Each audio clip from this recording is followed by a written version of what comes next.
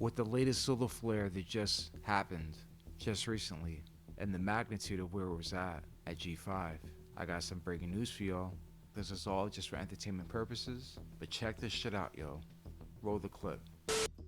So the world almost died a couple of days ago, and you and everyone you love almost went with it. Just so you know. What am I talking about? Well, this. Now, some of you may have seen on the news that you could see the northern lights wherever the hell you are. Check out the northern lights. You know, people may have sent you video and pictures of the northern lights. Only problem is that the northern lights are caused by this, solar storms.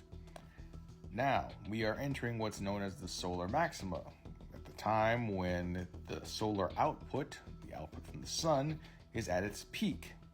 We're still in it. When you see the northern lights, that is the sun's energy impacting off of Earth's atmosphere, giving you that pretty light show.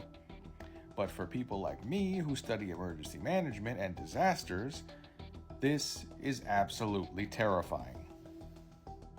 The reason being is that if we ever get hit with a massive geomagnetic storm, otherwise known as a coronal mass ejection, we're kind of fucked. And when I say fucked in the colloquial sense, I mean 90% of all humanity will be dead within 2 years. There's literally no saving us. And the reason for that is our dependence on technology. But more than that, it's all of the interconnectedness of the dependency of technology. What do I mean? Well, we had something like this happen before, except at the time, the only thing that was really electrical were telegraph machines. This is called the Carrington event. Now, it fried the telegraph lines.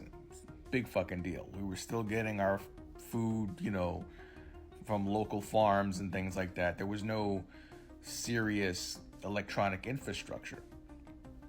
Now, if the grid goes down, and it is vulnerable, believe me, it's vulnerable.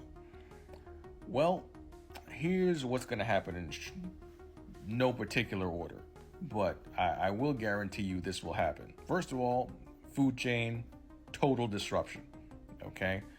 Our, delivery systems, to say nothing of the fact that there's computer chips in most of our cars now, so transportation system goes down.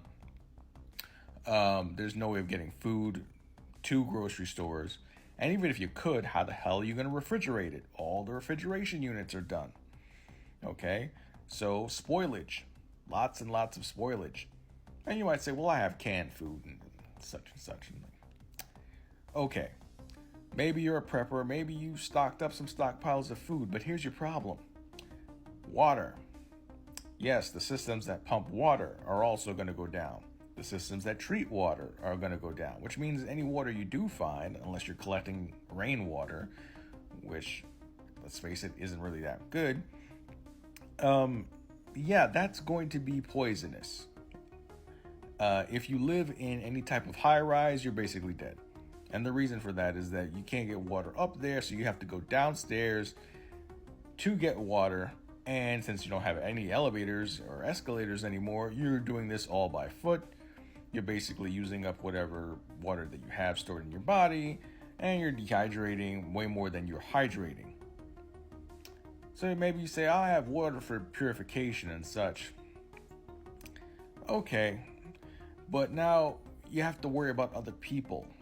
People are going to get desperate, especially when they can't feed their kids. Okay, people are going to become violent. And you might say, I have guns and such. Okay, but there's not going to be much left to steal. You see, here's the thing. Even if you're a survivalist and you're off in the woods somewhere, do you think you're really going to be safe? Here's a secret. You're not. You know why? Well, what's going to keep all the airplanes in the sky? They're all going to fall out of the sky. All right, so you're going to have raining airplanes, raining satellites coming down every 2 minutes. Then, on top of that, here's something else. Nuclear power plants. See, all the rods and cooling systems that keep those rods cool are going to melt down. And so every fucking nuclear plant all over the planet is gonna melt down at the same time, sending a fucking wave of radiation across the globe, killing pretty much everything and poisoning even the rainwater. So there's that. There is no real way to survive this. You're going to be cut off from all sorts of communication. You're not even going to know what's going on. It's going to dawn on everyone pretty much too late. Whatever government is left, and there's not going to be much of it. They've wargamed this scenario out dozens of times, and it all ends the same way. Most people are dead. So whenever there's a solar storm, whenever they talk about the northern lights, yeah, I just say a quiet prayer that we're not around when this planet gets blasted by a massive energy burst from our sun, because we are no way prepared. So, Mr. President, if you do see this, for the love of God, fund FEMA adequately, and make sure that the federal government is prepared, and make sure measures are being taken to harden our electronic infrastructure against this event. Because while we're not going to be able to save anybody by any means, continuity of government is the main goal here, and at least part of our electronic infrastructure needs to remain intact after the impact. So yeah, don't send me any pictures of the northern lights. I don't want to know. Because it's a very pretty signal that the end is possible for me. That's how I interpret them.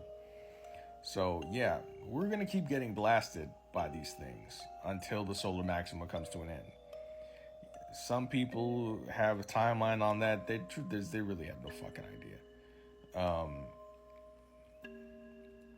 It could be a year, could be more.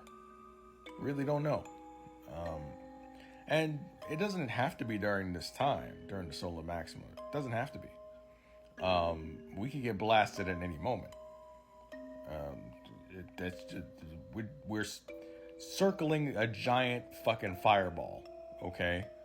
And the only thing we have to protect us is, Earth's natural atmospheric shield, okay? And that is not always at its strongest. And even then, even if, let's say it was at full power, right? The sun is the sun, okay? If it hits us right in the right spot, that's a wrap. And so yeah, and you'll hear people talk about Faraday cages and all that good stuff. I'm not saying don't take precautions. Like, you should always take precautions, always be prepared. But with certain catastrophes, you have to look at things very pragmatically. And this is one of those things where it's global in scope, and there are multiple factors, there are cascading disasters, and honestly, the odds of survival for anybody is slim to nil. So, yeah, just thought I'd bring that up and give you something to think about the next time some asshole shows you a picture of the northern lights and thinks it's a wonderful thing. What do y'all think? Are we cooked? Drop y'all thoughts in the comments of this video, man. I really want to know what y'all think. Spam it up, y'all. Crazy times we're in, y'all. Crazy times. I'm out.